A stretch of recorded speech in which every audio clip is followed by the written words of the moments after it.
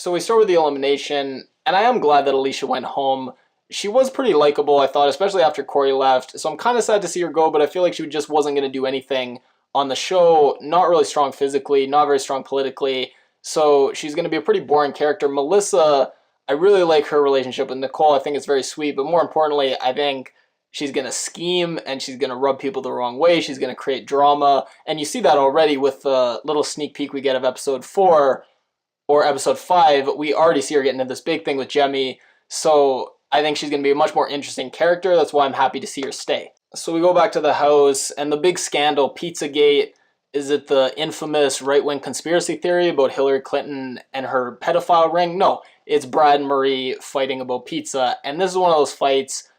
They both look really bad. Marie just looks like a shit disturber, throwing the pizza at them when they're having sex, really instigating things. But Brad, he's an old guy at this point, just not taking the high road, looking very immature, and making this his hill to die on, trying to stand up for everyone else in the house so they can get pizza. No one is appreciative of this. He just looks really bad and is putting a big target on his back for no reason. I was disappointed in Brad in this episode a lot. And Zach was brutal, calling Brad an absolute lunatic, saying he's going through a midlife crisis. And then we cut to Brad getting the crazy eyes, talking to Joss.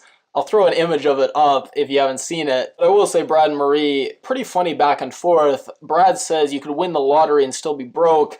I think that's a shot at her just being poverty moral-wise. And then Marie counters that with, are you still on mass gains?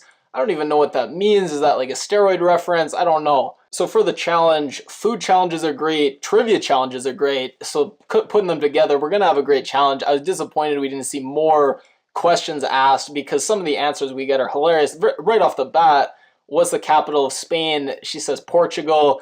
And then she gets it. I'll give her credit. Johnny Bananas, once he reminds her that's another country, something clicks and she says Madrid. And because it's a food challenge, I understand why one of the grenade options was to have the competitors eat a bucket of cream. I was thinking we were going to get every grenade we were going to get was going to be some weird humiliation challenge, but no, it's the handicap for the challenge. So for her grenade, I thought Melissa made the right call choosing teams, but made some bad strategic calls, and that makes me think she might not be as smart as I think she is. I don't understand why she had to pick a team of 2. So that's a slap in the face. I don't know why she would pick Kaylee, who she didn't really have a problem with and is a pretty strong, maybe not physically, but at the very least politically, she has a lot of friends. So why is she slapping Kaylee in the face for no reason? She should have just put her rival, other Kaylee, and then another weak competitor. I don't understand why she's pissing off a strong competitor for no reason. And then her rival, Kaylee, you'd think she'd put her with the 2 or another weak team, but no, she puts her with Johnny Bananas and Cara Maria. So why would you put your rival with a really strong team that's probably going to win? They almost did win. It didn't make any sense. And then she did put herself with Shane and Devin, which I guess is a strong team, but other people who have her back and aren't going to vote her in, like Nicole, should have put her with Johnny Bananas and made a strong team as well. So you have multiple strong teams that all aren't going to vote you in. So I don't know what she was doing with the picking of the teams. I think she got a little flustered, a lot of people to pick, and she made some bad choices that I think could haunt her in the end.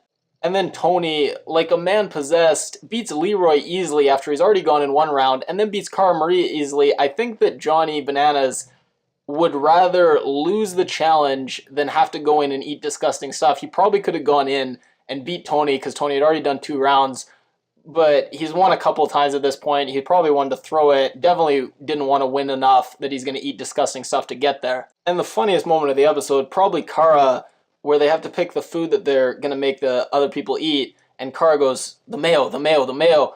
And Johnny actually shushes her, thinks about it for a moment, and then is like, we'll go with the cheese, TJ. And Cara Maria thinks about it and says, oh, yeah, that's smarter. And then Brad and Joss picking Sylvia to go in. I haven't seen someone get so rattled so quickly by things not going her way. I don't know why she got so upset, because it makes total sense for Brad and Joss to do this, because Brad, first of all, the people that are deciding who else is going to go in, Marie, who we got in this big pizza fiasco with, Tony, his rival.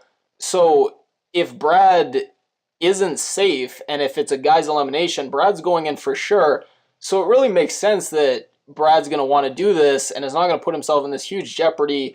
And Joss, the same thing. If Joss sends in Brad instead, he could be looking at going in because he's a rookie, so there's a big target on his back. It's very easy to throw in a rookie. So it kind of makes sense, and they didn't really do it in a douchey way. They seemed to apologize and say, look, this is just how the game is. So I don't know why she got so upset.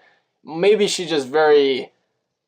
I don't know what it was, so it was weird for me. But nonetheless, she's going in. I guess Joss could have explained himself better and say, look, if I vote for Brad, that means I'm on the chopping block. I could be going in to face him, rather than saying, well, Brad said a name first, so I'm going with him.